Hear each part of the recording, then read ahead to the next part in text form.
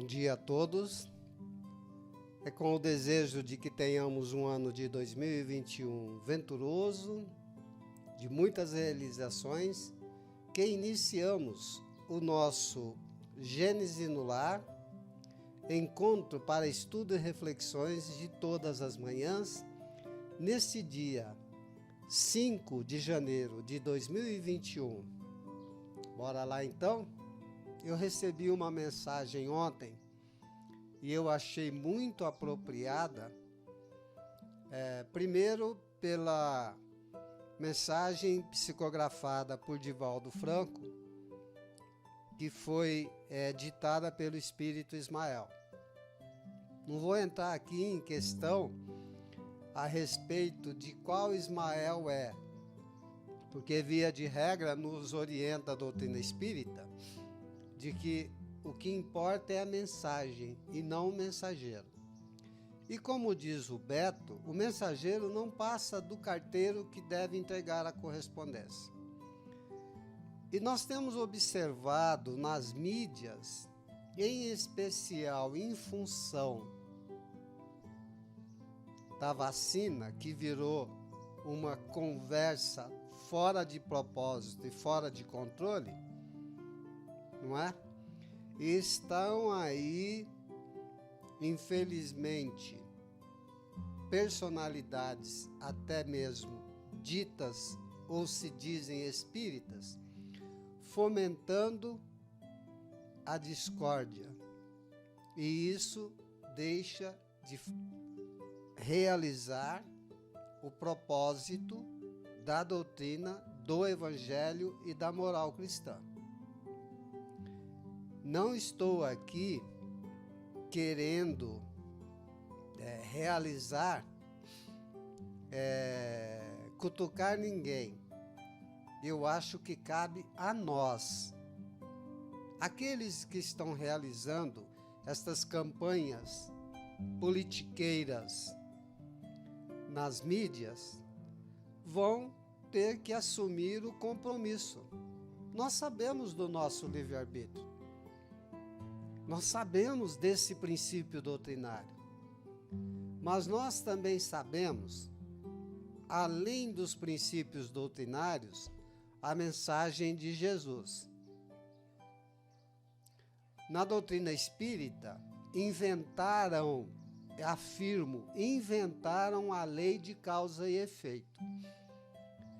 Tudo aquilo que se fala que não há determinismo programado, tem que acontecer isso e não dá para derrogar esse determinismo. A doutrina espírita explica que não é assim. Leon Denis nos fala que existe N maneiras de nós refazermos o passado, reconstruirmos e resgatarmos. O resgate não é esse resgate sofrido, dolorido, é em função da própria criação mental ao qual nós nos acomodamos, dentro principalmente da maledicência.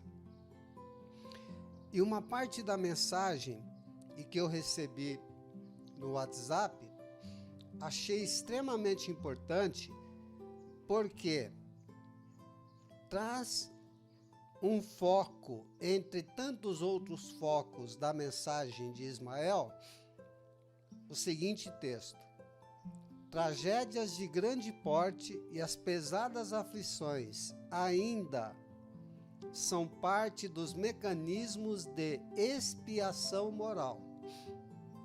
Muito falamos de sofrimento, de expiação dentro do movimento da doutrina espírita. Poucos colocam esta palavrinha após a expiação, que é moral.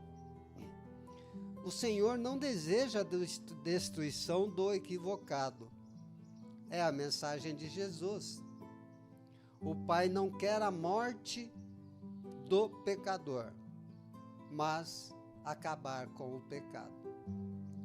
E aqui está dizendo que o Senhor não quer a destruição do equivocado, ou seja, do pecador, mas quer que desapareça o crime, o pecado. Estes dias atuais, portanto, são os dias de purificação interior e, em consequência, a injustiça, a promiscuidade e a vileza moral da maioria dos seres humanos terrestres atraíram os tormentos que ora afligem e atemorizam as multidões. Voltamos na mesma situação colocada por Jesus: a cada um será dado segundo a sua obra.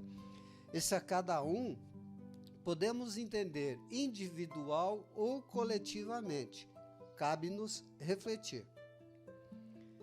E aí um comentário bem apropriado. É uma pena que irmãos em humanidade, em altos brados, fazem campanha nas mídias sociais, se posicionando contrariamente aos demandos da classe política. Sim, é justo o posicionamento contrário. Porém, nós que nos dizemos espíritas, poderíamos, mesmo posicionando-se contrariamente a esses demandos, não conseguimos ainda, ponto de interrogação, evitar a criação de campo vibracional onde nos demoramos, gritando contra a injustiça. No entanto, assistindo à promiscuidade e, de uma forma ou de outra, participante e participando da vileza moral, e com isso vamos nos misturando à massa que atrai e permanece atemorizada por conta própria. Por isso o tema evitai. E a leitura agora dos itens 13 e 14 vai nos fazer compreender o sentido do que acabamos de relatar. É necessário que sucedam escândalos no mundo, disse Jesus. Porque os homens, sendo ainda imperfeitos, têm inclinação para o mal. E porque as más árvores dão maus frutos. Será que é isso que nós queremos para nós? Contribuirmos com a dissidência, com os comentários maledicentes e maliciosos, mostrando-nos exatamente qual somos? Árvores que produzem maus frutos? Lembremos André Luiz. O mal é tão ruim que não merece comentário em momento algum. Continuando. Devemos, pois, entender essas palavras, que o mal é uma consequência da imperfeição humana. Sabemos que somos imperfeitos, mas vamos nos demorar, nos deliciando com essa imperfeição até quando? Ora, mesmo sendo imperfeitos, os homens não têm a obrigação de praticá-lo. A obrigação trata-se entendermos que nos cabe somente observarmos a lei de Deus. E com mais clareza, com mais justeza, com mais atitude, nos cabe a observação da lei trazida, citada, vivenciada e justificada por aquele que dizemos que é o nosso mestre. Ora, qual é a obrigação do discípulo? Seguir o mestre. se não segue o mestre, não é discípulo. E se enquanto discípulos não atentamos para seguirmos o mestre, Jesus, com qual ideia iremos seguir adiante, querendo conquistar a condição de apóstolo? Vai ser difícil. Por isso, seguindo com o Evangelho, item 14, nos é dito o seguinte: é necessário que venha o escândalo.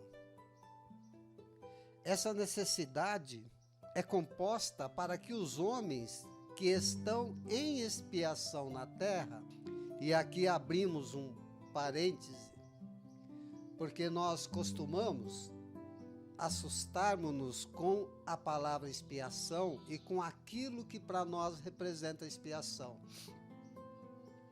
O peso da palavra que nos pesa em função de tanta culpa, quiçá em função disso, tanto remorso. Porque se nós pegarmos em O Livro dos Espíritos, na introdução, está dito lá o seguinte: Deus não pergunta se o espírito quer encarnar ou não. Simplesmente impõe a encarnação. É a primeira expiação. Ou seja, enquanto tivermos reais necessidades de encarnarmos ou estar na carne, seja em qualquer morada da casa do Pai, estaremos em expiação. Porque toda expiação é uma prova, mas nem toda prova é uma expiação. Assim nos é dito. Então, convivemos no passado, conviveremos no futuro com essa condição de estarmos em expiação, pela necessidade da própria reencarnação. Mas com esta situação ao qual nos colocamos, de sofrimento, olha o que nos traz o Evangelho. É tão somente uma consequência do homem para com o próprio homem e para consigo mesmo de promover a punição. Ou seja, Deus não pune. Na verdade, nós nos punimos. E nos punimos, estamos e estaremos ainda em sofrimento pelo simples contato de nossos próprios vícios, dos quais nos alerta o Evangelho de que somos as primeiras vítimas dos nossos vícios. Mas, como água mole em pedra dura, tanto bate até que fura, um dia todo esse sofrer vai acabar fazer com que o homem compreenda os inconvenientes da permanência no mal.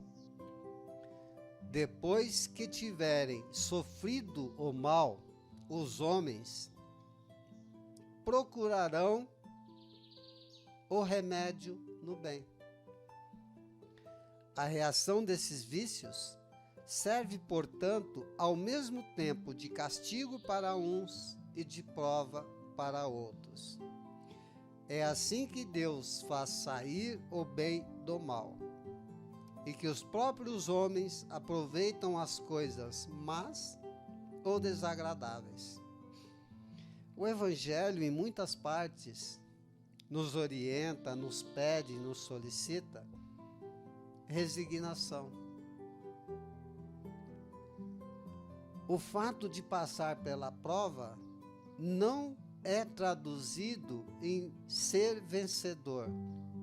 Para sermos vencedores, até mesmo nas menores, nas pequeninas conquistas, temos que ter resignação. Resignemos-nos então. A mensagem que lemos no início nos fala que é resultado do que criamos. Ora, nós que nos dizemos espíritas, sabemos ou deveríamos saber o poder do pensamento. Tudo que criamos em pensamento, plasmamos em nosso entorno, damos vida. As formas pensamentos dos nossos próprios pensamentos estão em nosso entorno, a produzir o bem,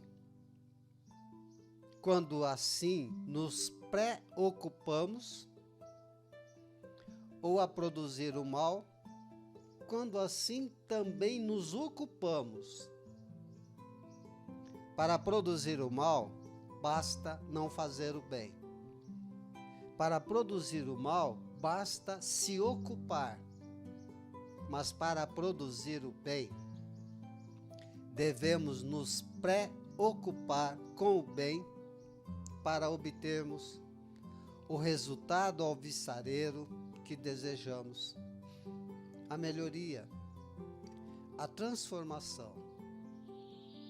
Não nos enganemos, a luta para nos livrarmos das nossas imperfeições, ela não é tão somente diária, ela é dioturna. Ou seja, mesmo quando o corpo está em descanso, o espírito não para de agir e não para de reagir. Essa é a nossa condição. E aí nos perguntamos, até quando continuaremos a reagir sob o jugo, sob o guante de todas as nossas imperfeições, a fim de que passemos a agir em conformidade com a moral do Cristo, em observando, por pouco que seja, não estamos aqui a exigir que alguém se torne anjo da noite para o dia, porque aí vai querer no terceiro dia ser arcanjo, e é ilusão. E na ilusão nós colhemos decepções. Façamos então o pouco que tenhamos possibilidade, mas que façamos o melhor que nós podemos fazer.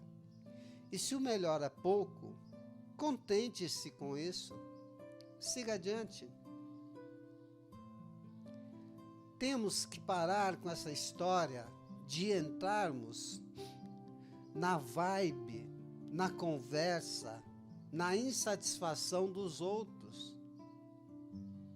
Porque isso faz com que venhamos a participar de toda esta condição vibracional anti-amor.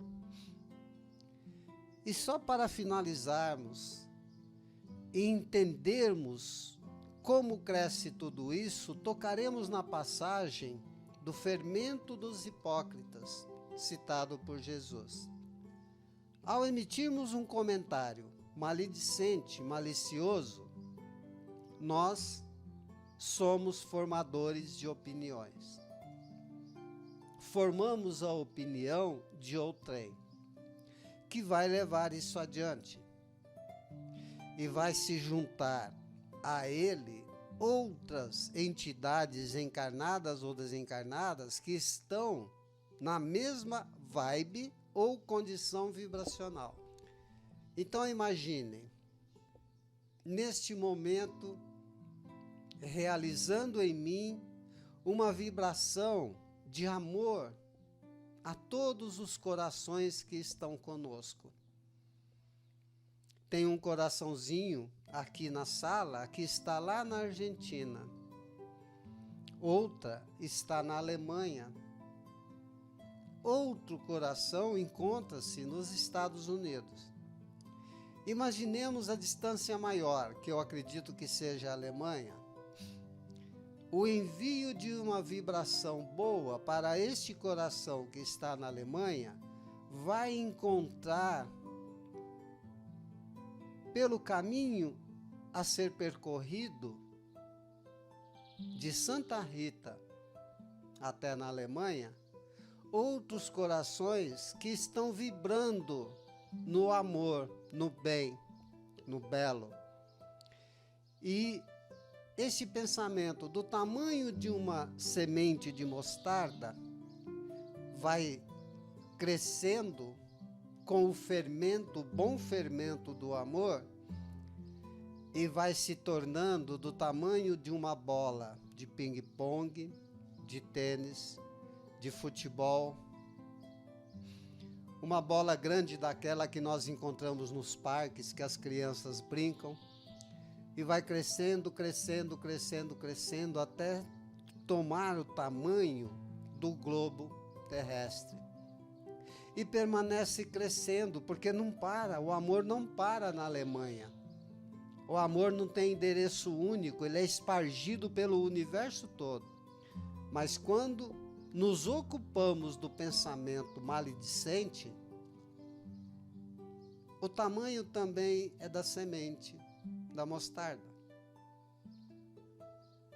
Mas, se nós, quando realizamos o bem, não temos o desejo do retorno desse bem para não virar uma negociata, acreditem, as entidades inferiores moralmente, e não estou comparando a nós, estou dizendo generalizado, se ocupam disto também.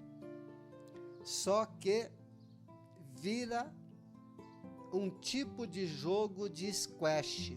Quem não conhece squash é aquele jogo que você bate na bolinha com uma raquete numa parede e a bola volta em sua direção, para você continuar rebatendo. E vai rebatendo, rebatendo, rebatendo, chega uma hora, perde o controle, a bola volta na sua cabeça, especificamente no seu coração. Porque a negociata entre os inferiores é uma coisa natural, normal e corriqueira. Já para com os nossos amigos espirituais e superiores, a negociata não existe. Mas lembremos ainda assim, para fechamento das nossas reflexões da manhã, a alertiva de Jesus. Siga o teu caminho. Cuidado, cuide-se, porque sempre, em qualquer situação, a cada um, coletiva ou individualmente, a cada um será dado segundo a sua ou as suas obras. Um bom dia, um beijo em cada coração e, como sempre, nos despedimos dos amigos. Abreijos, muita paz, fiquem com Deus.